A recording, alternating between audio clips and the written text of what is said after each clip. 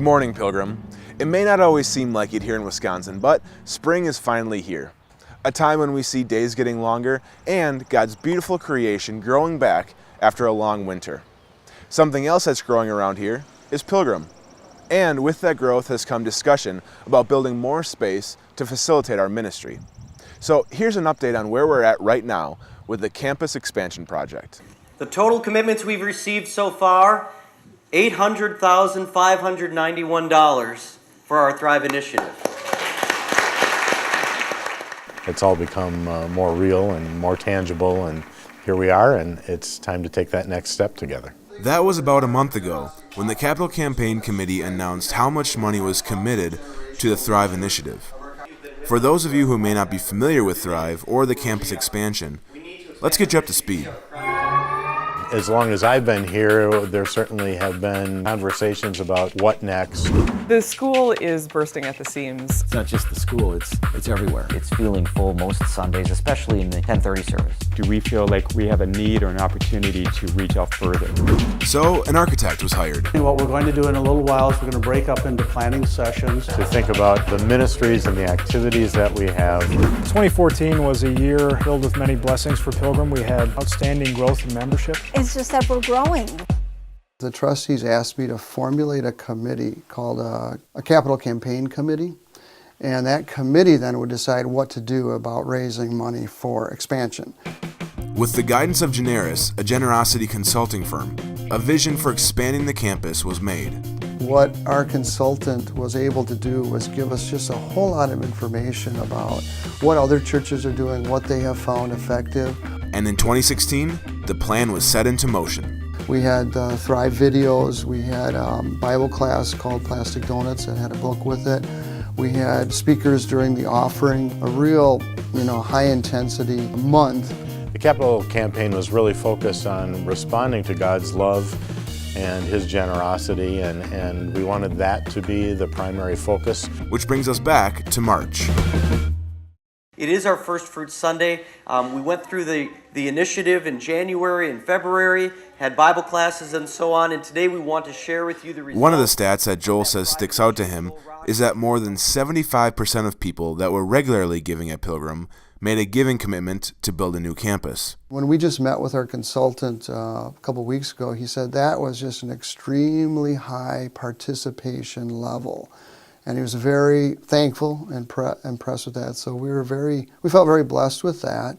So now that giving commitments are in, the next step is to go back to the master site plan with the architect and figure out what is capable within Pilgrim's financial means. And in the immediate future, we will be seeing some open forums planned in the next month or two so that the Campus Expansion Committee can gather feedback from the congregation before moving forward. In this effort, we are simply carrying out God's ministry. We're stewards of all that He has given us. We pray that God blesses our continued stewardship of Pilgrim's ministries to His glory and to the extension of His kingdom. We ask God to guide us on this project in whatever way He sees fit. And I'm sure a lot of you are asking, when are we going to break ground? Well, I'm told that we can begin to see working drawings from the architect by the end of the summer and into the fall, and then after a bidding process, we may be able to break ground in spring of 2017. So stay tuned as we ask God's blessing to thrive. And now, for our next story this month. You ever wonder what happens to that information that you write down in the Friendship Register each week? Well, that info is collected and then can be used for personalized outreach. Take a look. Of course, anyone knows me knows I like to tell a joke or two. So, would you like to hear one? Yeah, for sure. So, what's the difference between a piano, a tuna, and a jar of glue? You can tune a piano, but you can't tune a fish. So what about the jar of glue?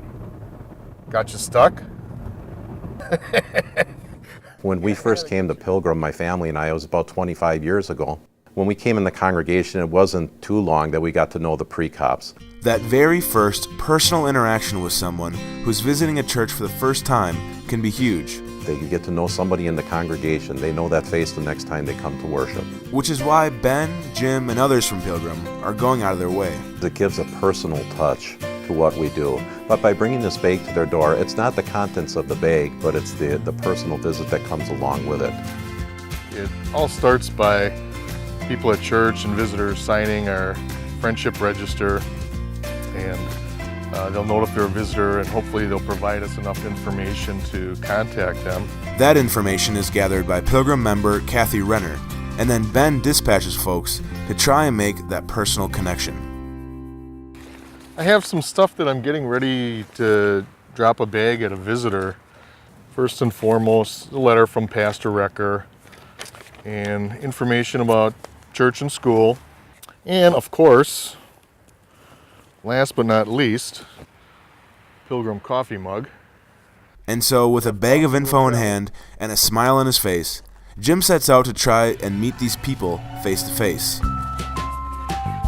I think it makes people feel like they were worth somebody taking the time to visit them. One bag I dropped off, and I spent about a half hour talking to a visitor at our congregation. Turns out that visitor is now a member of our congregation. We're really glad to have him. So we'll see what happens at this particular bag drop. It's showtime. After knocking on the door and no one answers, Jim tries giving them a call. It says the number is disconnected. So I guess what I'll do is just sign a card. Thanks for visiting us last week.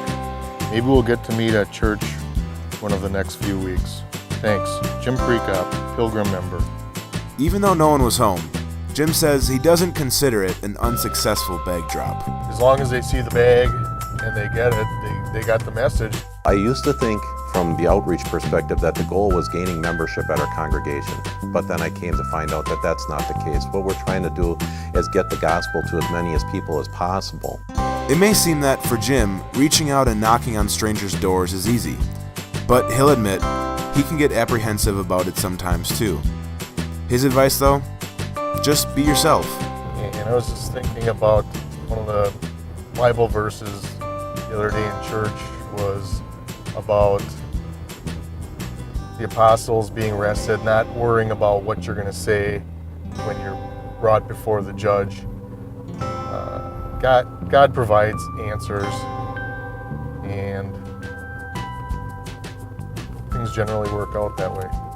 I want to encourage people too as well, though. The greatest form of evangelism that I've seen in the time that I've been here is friendship evangelism. And in the end, the most important thing is that these people know what Jesus has done for them.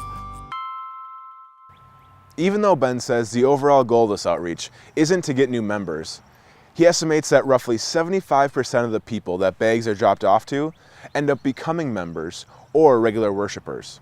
Thanks be to God for helping us spread the gospel so that more people may come to know Christ.